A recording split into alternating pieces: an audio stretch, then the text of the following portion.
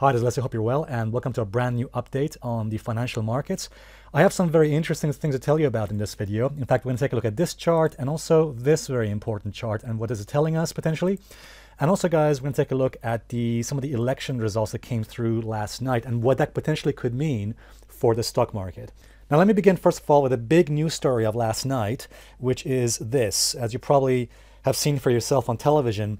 In fact, I stayed up until the late hours of last night trying to figure out who has won the Iowa caucus. If you're following the election in America, the US presidential election for the nomination of the Democratic Party, then you probably know that last night was an absolute chaos, absolute mess, as you can see reported in Politico, where basically we don't know who has won. In fact, here's how CNN reported it.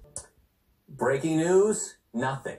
No winner yet out of the Iowa caucuses. And this morning, the Iowa Democratic Party blames reporting inconsistencies. So basically, as you heard there, guys, it's an absolute chaos. Really, nobody knows who has won the primary last night. And you might say, well, who cares, right? Well, actually, it does kind of matter.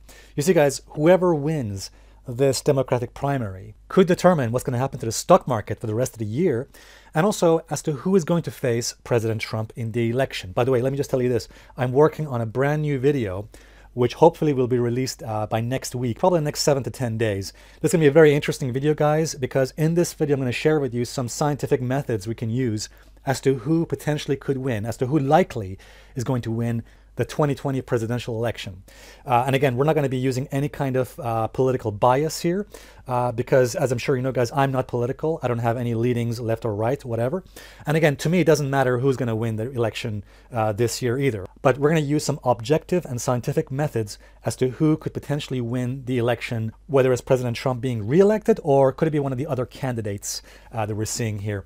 All right, guys, so that video is coming very soon, the next 7 to 10 days. So going back to this picture over here. Last night in Iowa, essentially what happened was, if you haven't been following it, I actually thought it was going to be a toss-up between Bernie Sanders, a populist candidate, and Joe Biden. All right, that's what I thought who would be the first two potential winners. I actually thought the winner would be Bernie Sanders. It seems, to my surprise, and I think to everybody's surprise, what's actually happened is it's a toss-up now between Sanders and Pete Buttigieg, who, by the way, is an establishment centrist. So now we have a political fight going on between Bernie Sanders and an establishment centrist, Pete Buttigieg, who, by the way, has claimed victory. Pete Buttigieg has already claimed victory for himself last night, as you probably heard.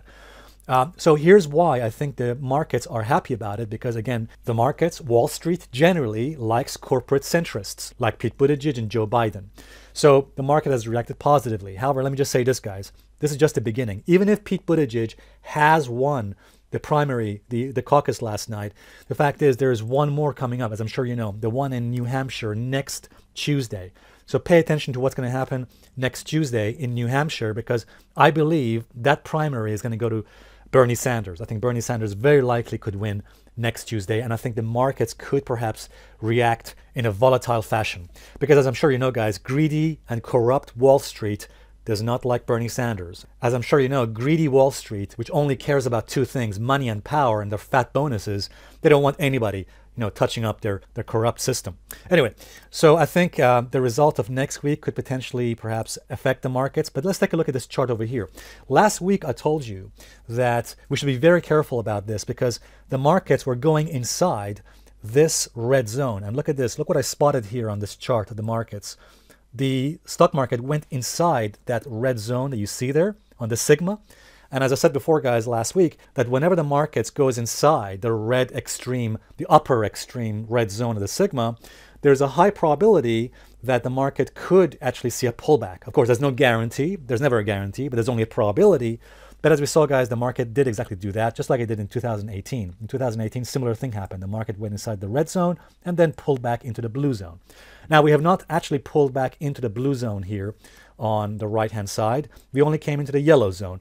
So we'll have to wait and see if we get anything further downside. But let me just show you this on this chart here. As you can see, guys, the market has responded positively, perhaps to the news about, Pete Buttigieg, again, the centrist candidate that has potentially won last night.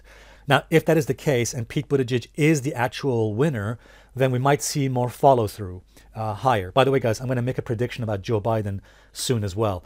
And as you will see, guys, I'm going to tell you that I think Joe Biden is probably going to drop out of the primaries maybe in the next few months. So that's a major prediction I'm going to make already about Joe Biden. I think he's going to likely drop out, and I think his votes may actually go to Pete Buttigieg in the future.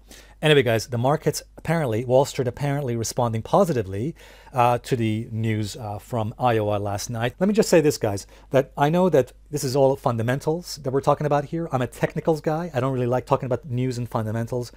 But again, I think there is some kind of correlation happening with the upsurge in the stock market and the news that came from Iowa last night. I think if it had been a Bernie victory last night, the market may have responded in a different direction.